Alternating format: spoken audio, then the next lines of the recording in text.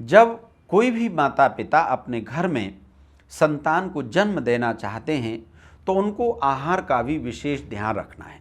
मान लीजिए माता पिता चाहते हैं कि हमारे घर में कन्या का जन्म हो, तो उनको जो पानी में पके हुए चावल आदि का जो भोजन है उसको लेना चाहिए। और वो चाहते हैं कि हमारे घर में पुत्र का जन्म हो, तो लोहे की कढ़ाई में बने हुए साग भाजी और दूध में पके हुए पदार्थ जैसे खीर है और ऐसे ऐसे उत्तम पदार्थ जो हैं आहार के रूप में उनको लेने आवश्यक हैं, क्योंकि इनसे भी, आहार से भी हमारे बॉडी के जो हार्मोन्स हैं उनको परिवर्तित किया जा सकता है। हमारे सामने बड़ा प्रबल उदाहरण है राजा दशरथ का। कोई संतान नहीं थी घर में, राजा ने एक नहीं तीन तीन विवाह कर लिए, फिर भी कोई संतान नहीं। तब फिर संगी ऋषि जी को बुलाया गया, उनकी धर्मपत्नी उनके साथ में आई और कहते हैं कि उन्होंने स्वयं जो गाय आदि के दूध से वो खीर को तैयार करती थी, राजा दशरथ को भी वो खीर खिलाई जाती थी और रानियों को भी वो खीर खिलाई जाती थी, जिसका प्रत्यक्ष प्रमाण हमारे सामने है कि उनके यहाँ पर पुत्र का जन्म हुआ। तो आहार के माध्यम से भी शरीर के हार्मोन्स परिवर्तित होते हैं। इसलिए जो माता पिता नई आत्मा को जन्म देना चाहते हैं अपने घर में, उनको आहार का भी ध्यान अवश्य रखना चाहिए। देखिए, संतान का जो जन्म है वो माता और पिता के शरीर के माध्यम से होता है।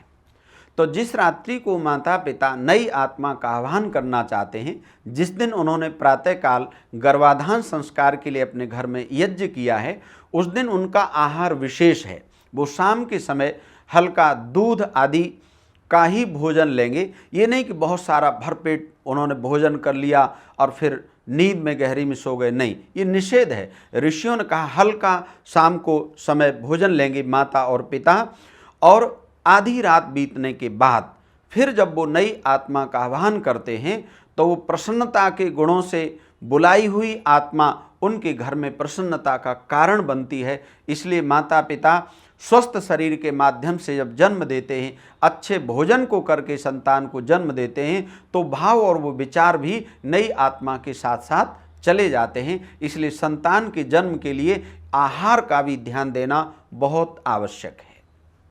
गर्भाधान संस्कार में सबसे महत्वपूर्ण बात हमें ये ध्यान में रखनी है कि माता पिता से संतान को केवल शरीर ही नहीं मिलता है, उस बीज के साथ में वो माता पिता के विचार भी, जो एक नई आत्मा जन्म जन्मांतर से साथ लेकर के आई है, वो भी नई आत्मा को प्राप्त होता है।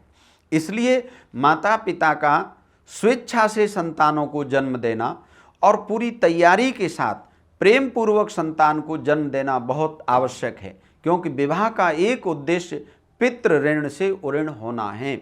अगर हमारे माता पिता गृहस्थ धर्म का पालन नहीं करते तो हम आज इस रूप में इस संसार में कभी उपस्थित नहीं हो सकते थे। इसलिए हमारे पूर्वजों ने इतना समय लगाकर, इतना धन लगाकर विवाह संस्कार किया। चाहे वो स्वयं वर और कन्या ने अपना विवाह किया, लेकिन विवाह के उद्देश्य को आज हमें सामने रखना है। विवाह का उद्देश्य पितृ ऋण से उऋण होना। तो हमारा ये धर्म है, हमारा ये कर्तव्य है, और वास्तव में यही धर्म ज्ञान भी है कि हम समाज के लिए एक ऐसी अच्छी होनहार सुयोग्य संतान दे सकें, जो संतान सारी दुनिया के काम आ सके, समाज के काम आ सके और हमारे भी काम आ सके। उसके लिए जो आधार है वो पहला संस्कार है, गर्भाधान संस्कार है, और यही वास्तव में गृहस्थी के लिए आज का सबसे उत्तम धर्म है, सबसे अच्छा धर्म है, और सबसे अच्छा धर्म ज्ञान है कि हम अच्छे प्रकार से पूरी प्लानिंग करके संतान को जन्म दे सकें।